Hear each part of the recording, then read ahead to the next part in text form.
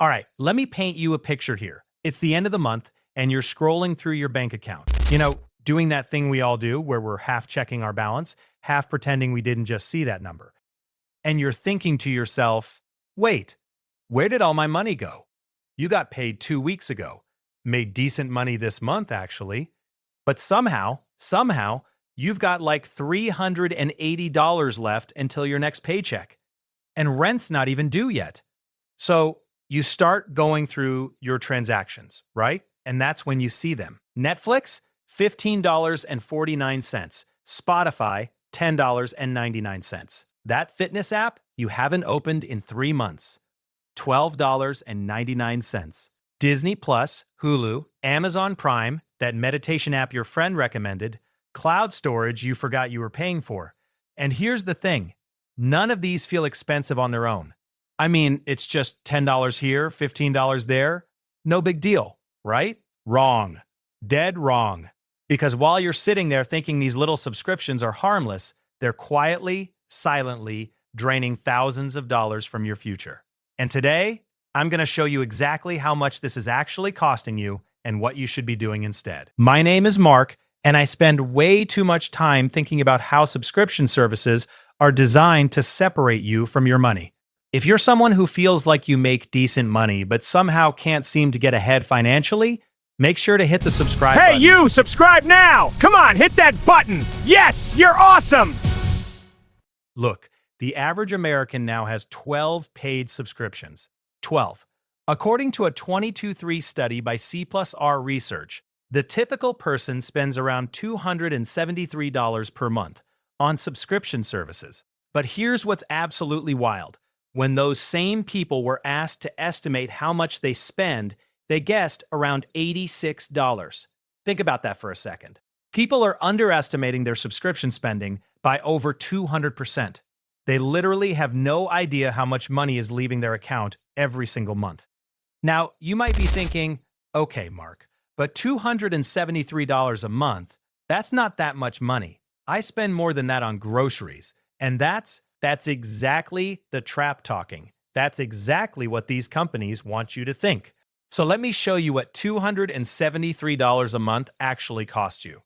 Here's where it gets really interesting. $273 a month, that's $3,276 a year, right? Just in subscriptions, not your phone bill, not your internet, just the extra stuff. The streaming services, the apps, the memberships you barely use. Now, what if instead of spending that money, you invested it? Stay with me here because this number is gonna blow your mind. If you took that same $273 every month and put it into a basic index fund, let's say it averages a conservative 8% annual return, which is below the historical stock market average, do you know how much you'd have in 10 years? $49,822. In 20 years, $158,926. In 30 years, try $408,058. Over $400,000. For the same money you're currently spending to watch shows you're not watching and using apps you forgot existed. But it gets worse, because subscriptions don't stay the same price, do they? Nah, they go up every single year.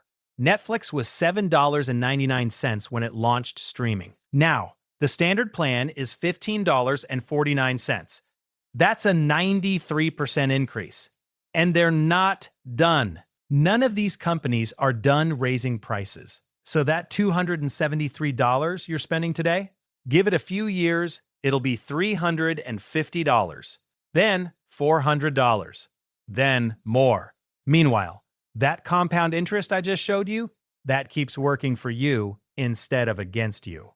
Now, here's what most people don't realize about subscription services. They're not designed to give you a good deal. They're designed to be forgettable. Think about it.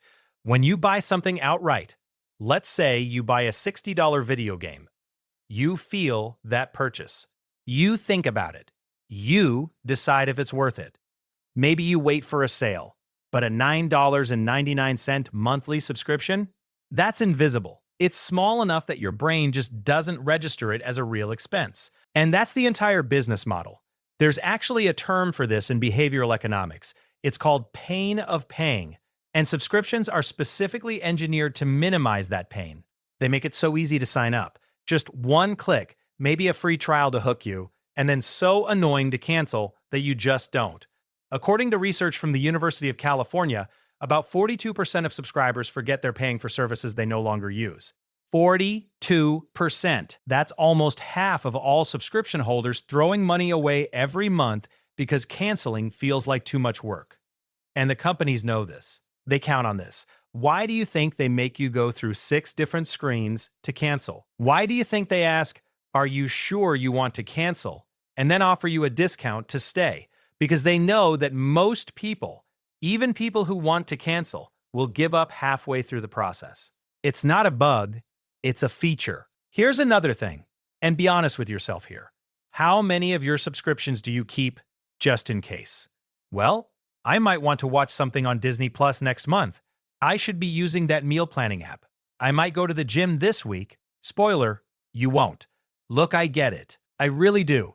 The idea of canceling something and then needing it later feels wasteful, right? Like you'll have to resubscribe, and that'll be annoying.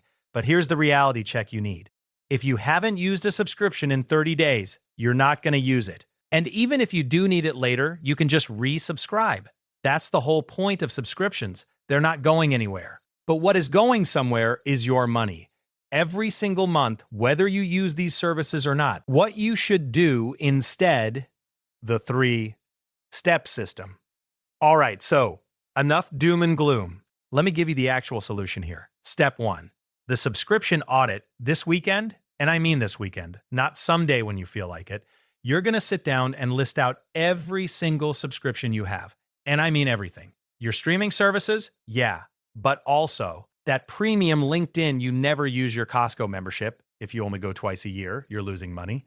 Software subscriptions, that gym membership you've been meaning to use, cloud storage, music streaming, gaming subscriptions, meal kits, beauty boxes, every single thing. Then, and this is the important part, next to each one, write down how much it costs per month, the last time you actually used it, whether you'd pay for it again today if you didn't already have it. That last question is the killer. Because if the answer is probably not, then why the hell are you still paying for it? Step 2, the 80/20ths rule. Here's what you're going to find. 80% of the value you get from subscriptions comes from about 20% of your subscriptions. Maybe you really use Netflix, or maybe Spotify is genuinely part of your daily routine. Cool, keep those. But that meditation app you opened once, the streaming service you only watch one show on, the premium version of something that has a perfectly good free version, gone. Cancel them. Right now, today. And look, I know what you're thinking, but Mark, what if I want to watch something on that platform later, then resubscribe for 1 month, binge whatever you want to watch, cancel again? You know what's cheaper than paying for 5 streaming services all year? Rotating through them. 1 month, Netflix. Next month, HBO Max. Then Disney Plus. You'll save literally hundreds of dollars, and you'll probably enjoy it more because you won't have that overwhelming feeling of too much to choose from. Step 3, redirect and automate. This is where the magic happens. Take whatever money you free up from canceling. Let's say you cut $150 a month in subscriptions you don't really use, and immediately set up an automatic transfer to an investment account. Not I'll invest it when I remember, not I'll move it over at the end of the month if there's money left. Automatic transfer the day after you get paid. Because here's what most people don't realize. The hardest part of building wealth isn't making money. It's not even investing. It's getting the money from your checking account into your investment account before you spend it on stuff you don't need. So you automate it. Make it invisible. Make it so you never even see that money as spendable. And if you're sitting there thinking, $150 a month isn't enough to make a difference, remember that math from earlier. $150 a month invested at 8% for 30 years? That's $223,691 from money you weren't even using. Look, I'm not saying subscriptions are evil, all right? I'm not telling you to live like a monk and cancel everything. What I am saying is that these companies have built billion-dollar businesses by making you feel like small amounts of money don't matter. $9.99 doesn't matter. $12.99 doesn't matter. $14.99 doesn't matter. But it does. It absolutely does. Because it's not just $9.99, it's $9.99 compounded over decades. It's hundreds of thousands of dollars in future wealth that you're trading for what exactly? Shows you're not watching? Apps you're not using? Access to things you could easily live without? The wealthiest people I know, and I mean genuinely wealthy, not just high income, they're obsessed with this stuff. Not because they're cheap, but because they understand that building wealth is about making conscious decisions with every dollar. They don't hemorrhage money on autopilot. They don't keep subscriptions just in case. And they definitely don't let companies trick them into thinking $273 a month is not that much. So here's your homework. And yeah, I'm calling it homework because you need to actually do this, not just think about doing it. Tonight, before you go to bed, open your banking app, look at your subscriptions, pick 3 that you're going to cancel right now. Not later, not this weekend, right now. And then, this is the key, take that money you're saving and set up an automatic investment. Even if it's just $50 a month to start, make it automatic, make it invisible, and watch what happens over the next year. Because the subscription trap, it's real. It's keeping you from building the financial future you deserve. But now you know better. And knowing better means you can do better. If this video helped you see your subscriptions differently, do me a favor, smash that like button, subscribe to the channel, and drop a comment telling me which subscription you're canceling first. And remember, every dollar you don't spend on stuff you don't need is a dollar working for your future instead of against it. I'll see you in the next one.